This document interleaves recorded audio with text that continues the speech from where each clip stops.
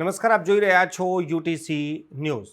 લોકસભા 2024ની ચૂંટણીને લઈ સૌથી મોટા સમાચાર સુરતથી આવી રહ્યા છે। સુરતમાં ચૂંટણી પહેલાં જ ભારતીય જનતા પાર્ટીના ઉમેદવાર વિજય જાહેર કરી દેવામાં આવ્યા છે।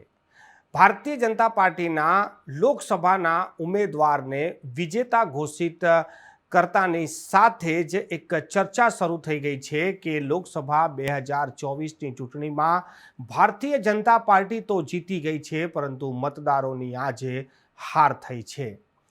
મતદાન એ પવિત્ર મતદાન હોય છે। પોતાની સરકારને ચૂંટવા માટે મતદારો મતદાન કરતા હોય છે, પરંતુ સુરતના મતદારો આ વખતે પોતાનો મત આપવાથી જ વંચિત રહી ગયા છે। રાજકીય નેતાઓના આ ષડયંત્ર હોય કે પછી રાજકીય નેતાઓની કોઈ સાજિશ હોય કે પછી કોઈ ચાલ હોય, આ તમામની વચ્ચે સુરતના મતદારોની કારમી હાર થઈ છે। જે મતદારોમાં પણ જે ફર્સ્ટ ટાઈમ વોટર હશે, જેઓ વિચારતા હશે કે અમે આ વખતે મતદાન કરીશું, એવા ફર્સ્ટ ટાઈમ વોટરના પર અરમાનો પર પાણી ફરી વળ્યું છે। આ ફર્સ્ટ ટાઈમ વોટર પણ આ વખતે સુરતમાં મતદાન નહીં કરી શકે। મતદાન પહેલાં જ ભારતીય જનતા પાર્ટીના ઉમેદવારની જીતની જાહેરાત કરી દેવામાં આવી છે અને સુરતમાં હવે મતદાન નહીં થાય। ગુજરાતની 26 બેઠકો પર મતદાન થશે, પરંતુ 26 બેઠકોમાંથી એકને છોડીને 25 પર મતદાન થશે। આ સમગ્ર ઘટના કેવી રીતે બની છે તેની પર નજર કરીએ તો આ નાટ્યક્રમ પાછલા 2 દિવસથી ચાલી રહ્યું છે।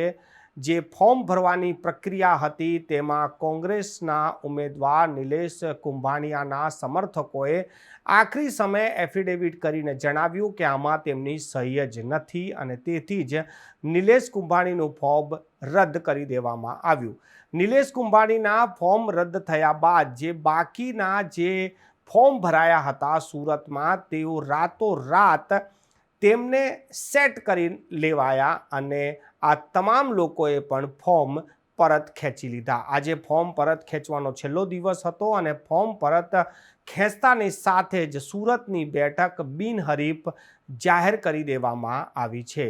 ચૂંટણી પંચના નિયમ પ્રમાણે જ આ સંપૂર્ણ કામગીરી કરવામાં આવી છે, પરંતુ આ કામગીરી જે નિયમ પ્રમાણે થઈ હોવા છતાં પણ સુરતના મતદારો સાથે આ ખૂબ ખોટું થયું છે। કેમ કે દર 5 વર્ષે મતદારોને એક મોકો મળે છે કે તે મત આપવા જાય, પરંતુ આ વખતે સુરતના લોકો તો મત જ નહીં આપી શકે। હવે આપ કલ્પના કરો કે એવા પણ લોકો હશે કે જેઓએ આ ચૂંટણીમાં નોટા પર વોટ આપવાનો હશે, તો એ લોકો પણ હવે મતદાન તો નહીં જ કરી શકે। એટલે આ પ્રકારની જે લોકશાહીની જે સિસ્ટમ છે, જે નિયમો છે, આ નિયમોમાં પણ હવે સુધારા કરવાની સમય આવી ગયો છે કે કોઈ પણ ઉમેદવાર જો ફોર્મ પાછું ખેંચી લે કે ચૂંટણી ના લડે તો બીજો તો બિનહરીફ જાહેર થઈ જાય છે, પરંતુ જે જનતા છે તે જનતાને વોટના અધિકારથી તે વંચિત પણ થઈ જાય છે અને એવું જ કંઈ થયું છે સુરતની સાથે।